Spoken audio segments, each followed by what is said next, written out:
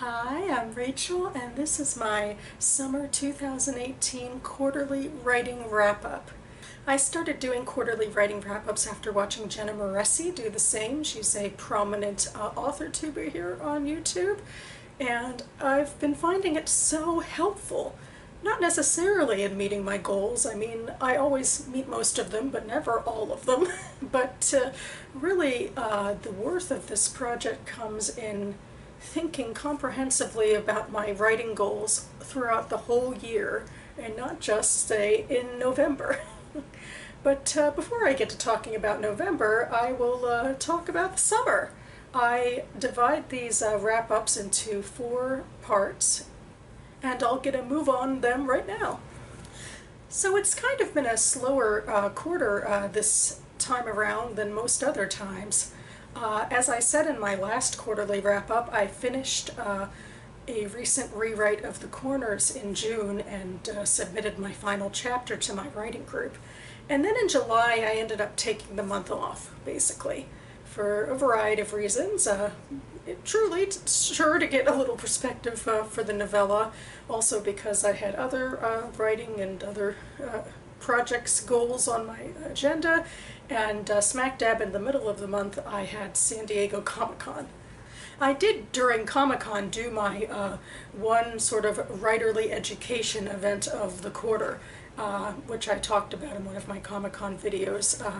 It was a panel that I went to manned by Todd McCaffrey, who is the son of Anne McCaffrey, the writer of the famous Dragon of Pern fantasy novels, and he also wrote a few of them himself.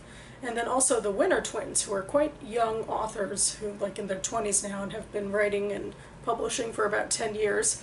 And they ended up writing this little booklet together about world building, which I was hoping would be helpful in light of my NaNoWriMo project, where I'm hoping to write fantasy for the first time, actually, or at least serious fantasy for the first time. And this is a very short little book. It's only like 60-some pages with very big writing.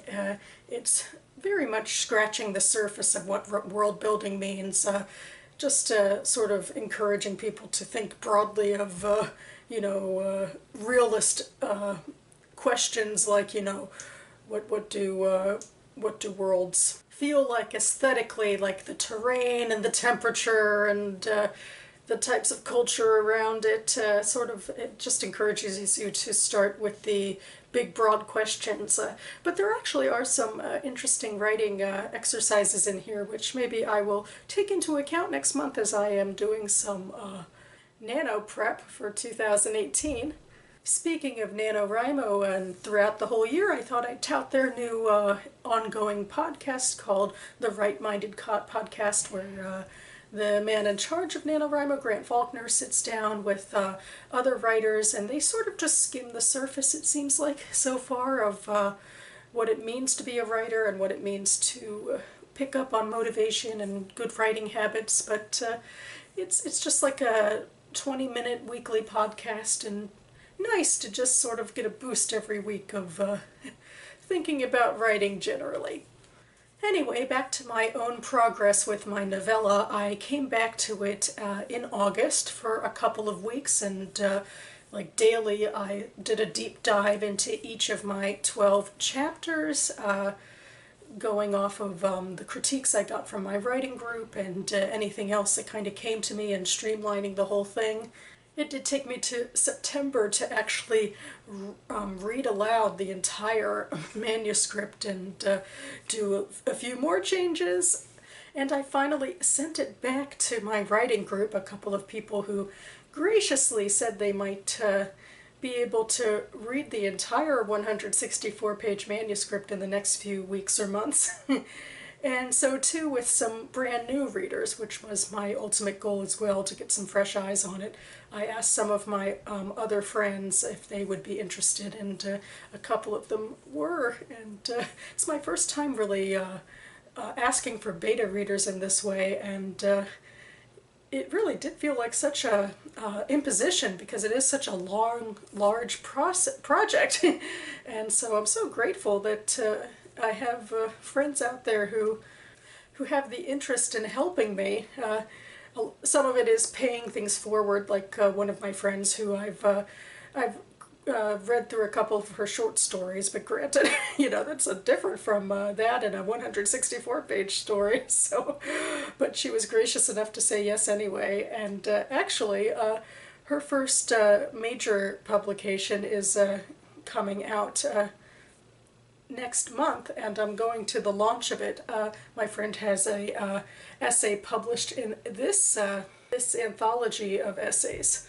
Open Your Gifts, Volume 2, 42 Lessons on Finding and Embracing Your Blessings in Disguise. And she signed the book for me. And even circled where her own essay appears, which I thought was pretty cool. Something I kind of wish I did in the literary journals, where I've had a couple of stories published myself. But anyway, in just the next couple of weeks I'll be going to her book launch event, and I'm so excited, and I just wanted to make sure I mentioned it here now, even though it's technically happening next quarter, but it's going to be pretty early in the quarter, and a lot is happening in autumn 2018, writing-wise. And finally, I wanted to put in a nice word for my local writing group, because even though I haven't been submitting my own work to them since last quarter, I have been meeting with them, usually twice a month, and workshopping stuff by other people, and we've had a new member join, and it's been great. I feel like more and more we feel like we're a special group where well, this is some of the closest relationships I have locally, really, and we've been helping each other so much and been getting to know each other more and more, and just been expressing often some warm and fuzzy feelings toward each other, and even staying late sometimes to workshop and work through even more stuff with each other for, members who have works on submissions with agents or what have you. So it's been absolutely great, and certainly the strongest ongoing part of my writing life beyond just one project. I have this ongoing writing community, and it's, yeah, absolutely great. So now I'm briefly stepping away from fiction to talk about some of my blogging, because it's actually a very big part of my writing life, and usually when I talk about having other writing projects, I'm talking about writing for my 3 blogs. And so I wanted to highlight 3 blog posts, 1 per blog, that I wrote in the last quarter. So the first blog post that I will highlight is from Jewish DC, which is my local blog about Jewish happenings and Jewish organizations. This post in particular isn't put on by Jewish organizations, but it's an annual post that I do in honor of the Smithsonian Folklife Festival, which is an annual event put on by the Smithsonian, and each year they highlight usually 2 to 3 different countries or different cultural milieus, to bringing in people who work in textiles and food and other parts of culture making from various cultures around the world. And this year they highlighted culture in Armenia and in Catalan. So what I do is I research Jewish culture in both of these places, and I write it up in my Jewish culture in unusual places blog per year. So that's what I did. I mean, I didn't do a deep dive into research, but I did enough of from different sources to hopefully cobble together something that skims the surface of Jewish history in Armenia, and then in particularly in Catalan. I found a great article with a recent interview with a Catalan Jew and his opinions on the recent political turmoil in that area. Then I'll go to my Chava's Footsteps blog, where I talk more broadly about Jewish culture and pop culture and whatever's striking my fancy. And I think my favorite, certainly most comprehensive blog post that I wrote last quarter was of my reviews of Westworld and The Handmaid's Tale, because seasons 2 both aired at the same time, and I watched them at the same time, and they're both, prestigious television in the world of TV, and I have very strong and somewhat controversial opinions, I guess, about them. I find Westworld to be highly cynical and just doesn't really have the clout to back it up, and it's just way too cynical for my taste, and that the multiple timelines feel very gimmicky to me. And then The Handmaid's Tale has its own problems that I think it's becoming a bit redundant, and it's a little bit perhaps too much of a close character study, and the world building sometimes is left in the lurch, but at the same time the character study parts are just still so strong to me, and the Waterfords in particular, and also June of course, are just so compellingly written, and speak about real humans who get caught up in these systems that are on our mind, really. Like The Handmaid's Tale has such a unique place in pop culture these days, when being put against the real world in the United States in particular, and issues of women's rights. So yeah, I mean, that part in itself is you know, fascinating and worthy of note, but I'm mostly talking about the in-story characterization, and looks into how specific people get caught up into this sort of totalitarianism. So anyway, I did a deep dive into the characters and the plots, and I really liked what I came up with. And finally, in my reading and writing blog, just recently I chronicled my second ever Uncensored DC Banned Books Hunt. Because September, and the last week of September, the American Library Association releases its list of the most challenged books in the U.S., challenged in various school systems and what have you. We luckily don't have any federal level bannings of any books. That goes against the First Amendment. But we do have books that are often challenged by parents and others in certain communities. But this blog post is really about something that the local DC library has done now for 4 years, which is that they pick 6 books that have been banned or challenged in the US or abroad, and they make special covers for them because they all fit a theme, and this year's theme was about activism. And they hide the books in library branches and in local businesses for the entire month, and there's clues that are released on the local radio station, and then social media starts exploding when people find books and are starting to help people look for books, so that it's not just a solo game, there's a community aspect to it as well, which I go into on my blog post. And it's a little bit stressful, really, because, I don't know, my competitive side gets out a little bit, but it's also really great fun, and I just love getting all the books and seeing what the spines look like, and of course that part is really fun, and then ultimately I will also enjoy reading them. This year's selection is particularly diverse, with fiction and nonfiction and poetry and graphic novels, so it'll be a great reading experience too. Okay, on to the crux of this wrap-up, where I reiterate my goals that I set for myself last quarter and see if I met them this quarter. So my first goal was to do final edits to my novella and submit it to new readers, and I did do that.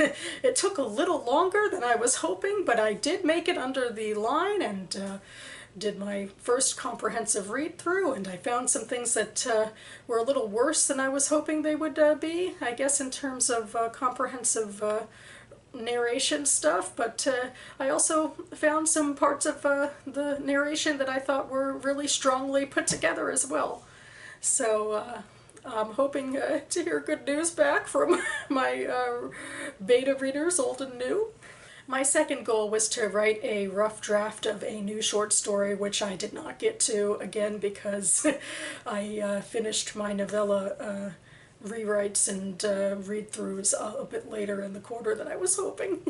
And my third goal was to create a comprehensive list of competitions and publications that would be accepting novellas, literary novellas, as submissions, and I got that in right under the line. Perhaps it's not incredibly comprehensive, it's not a very long list, but it is something.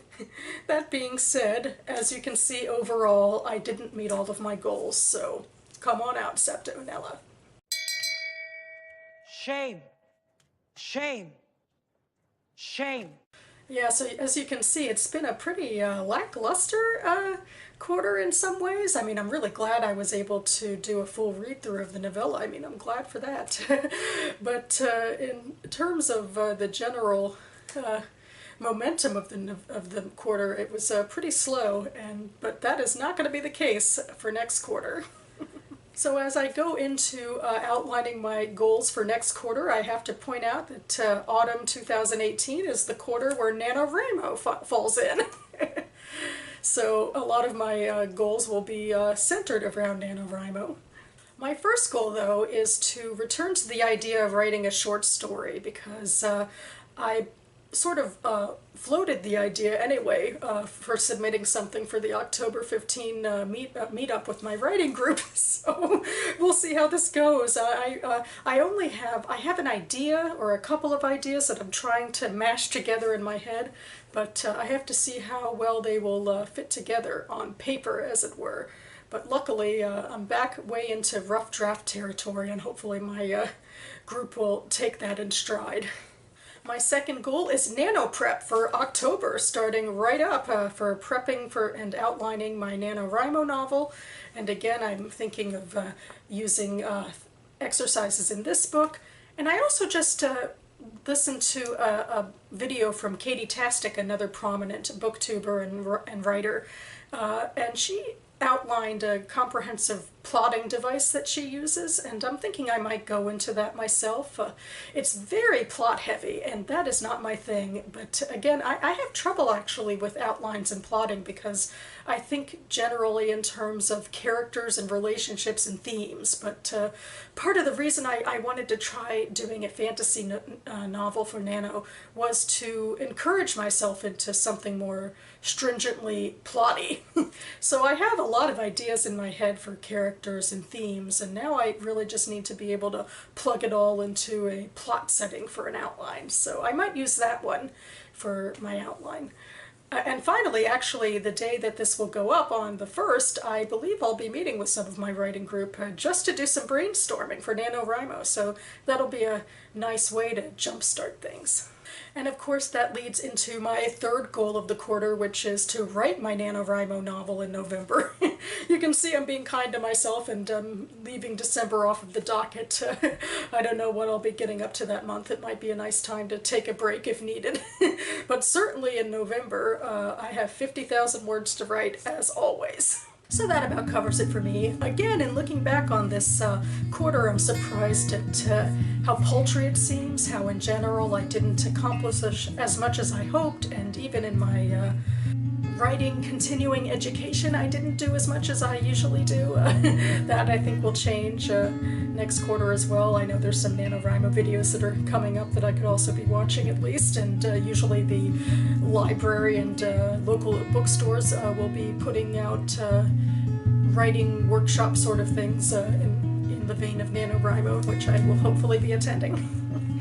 But I think that's okay. I think it's okay maybe for not every quarter to be sort of going at full speed, and maybe sometimes I even need the extra time to take things slow, especially when in the middle of a revising project where I'm really trying to think very seriously and comprehensively about polishing an entire work, a 164-page story. That's actually longer than I thought that my novella would be. It's about 36,000 words, but I guess I wasn't expecting it to be that many pages. But anyway, I'm glad ultimately in terms of the corners. I'm so glad that my novella, I'm so glad that I read through it, and that I think I'm more aware of its strengths and its weaknesses as an entire piece, which is always a great step, not just to see it chapter by chapter, but to see it as a whole.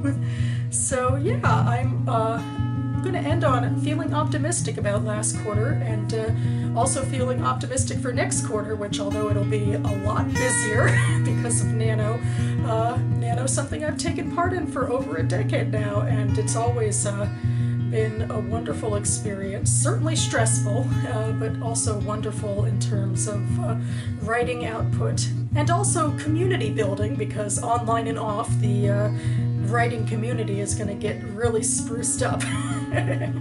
So of course I will check back in December to tell you how all of the NaNoWriMo stuff went, and hopefully how the rest of my writing quarter went as well.